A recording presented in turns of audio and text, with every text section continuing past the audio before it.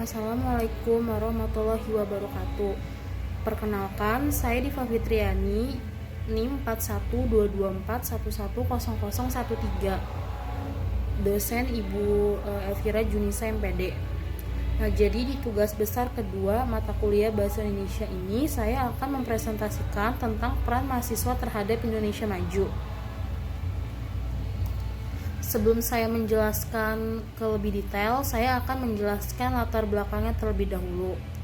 Jadi, jumlah mahasiswa di Indonesia terus meningkat setiap tahunnya. Dengan akses kepada ilmu pengetahuan, teknologi, dan jaringan sosial yang luas, mahasiswa tuh memiliki peluang besar untuk membawa dampak positif bagi masyarakat. Dalam sejarah bangsa, mahasiswa telah membuktikan kontribusinya seperti pada gerakan reformasi pada tahun 1998. Nah, kini di tengah tantangan globalisasi, perubahan iklim, dan transformasi digital, mahasiswa kembali diharapkan menjadi lokomotif perubahan sosial dan pembangunan nasional.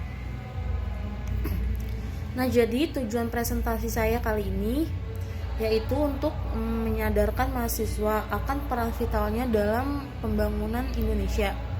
Nah, yang kedua, mendorong partisipasi aktif mahasiswa dalam berbagai bidang, contohnya seperti bidang sosial, ekonomi, politik, lingkungan, dan masih banyak lagi.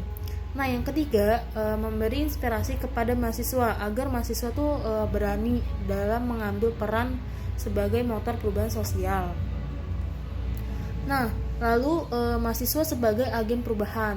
Jadi tuh mahasiswa tuh memiliki posisi unik nih sebagai yang pertama, agent of change, yaitu tuh membawa perubahan dalam tatanan sosial.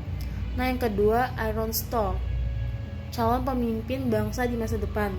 Nah, yang terakhir itu ada moral force. Moral force itu penyeimbang moral dan penegak keadilan sosial.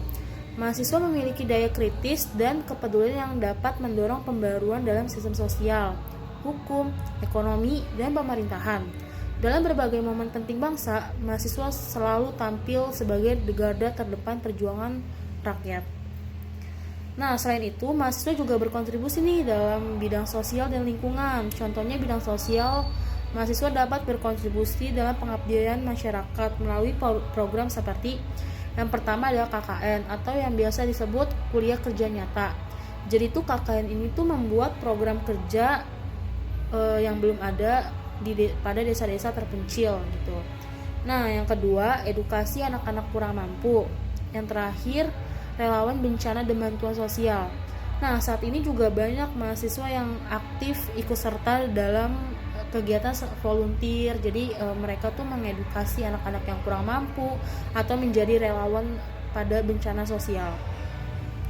Nah, selain itu mahasiswa itu juga aktif dalam komunitas literasi, advokasi HAM, isu-isu perempuan dan kelompok rentan. Selain bidang sosial, di bidang lingkungan tuh mahasiswa ikut serta dalam gerakan kampus hijau atau yang biasa disebut Green Campus, penanaman pohon daur ulang dan konservasi. Lalu riset energi terbarukan dan teknologi ramah lingkungan. Nah, mahasiswa juga aktif dalam kepemimpinan dan politik. Dalam kepemimpinan tuh biasanya kan ada organisasi kemahasiswaan seperti BM, Himpunan Mahasiswa Jurusan, HMJ atau HIMA ya. Dan UKM menjadi tempat latihan kepemimpinan. Di sana mahasiswa tuh belajar tentang bagaimana manajemen organisasi, public speaking, lalu negosiasi dan kerjasama dalam tim. Dan ini juga berguna nanti kalau mahasiswa sudah ada di jenjang dunia kerja ya, contohnya. Nah, selain kepemimpinan dalam politik juga mahasiswa mempunyai andil contohnya yang pertama, menyampaikan aspirasi masyarakat melalui forum diskusi dan unjuk rasa damai. Yang kedua, menjadi pemilih yang cerdas dan aktif dalam pemilu. Yang terakhir, mengawal kebijakan publik, menjadi watchdog terhadap pemerintah. Peran ini tuh sangat penting dalam menjaga semangat demokrasi dan keterlibatan warga dalam sistem pemerintahan. Lalu pasti ada aja tantangan peran mahasiswa terhadap Indonesia Maju ini. Yang pertama itu apatisme dan minimnya kepedulian sosial. Banyak mahasiswa yang kurang tertarik pada isu-isu bangsa, politik, dan sosial. karena merasa tidak berdampak langsung pada kehidupan mereka. Ini tuh membuat mahasiswa kurang aktif dalam mengambil peran nyata di masyarakat. Yang kedua, tekanan akademik dan ekonomi. Mahasiswa tuh sering terbebani tugas kuliah yang padat, terus atau harus bekerja sambil kuliah gitu ya. Karena tuh keterbatasan ekonomi. Hal ini tuh menghambat waktu dan energi mereka untuk berkontribusi lebih luas. Yang ketiga itu minimnya fasilitas dan akses informasi. Karena tidak semua kampus menyediakan ruang yang cukup untuk mahasiswa berkembang nih, seperti wadah untuk berorganisasi, riset, atau proyek sosial. Jadi tuh akses terhadap pelatihan dan teknologi juga belum merata nih. Lalu yang terakhir, kurangnya pendidikan karakter dan kepemimpinan.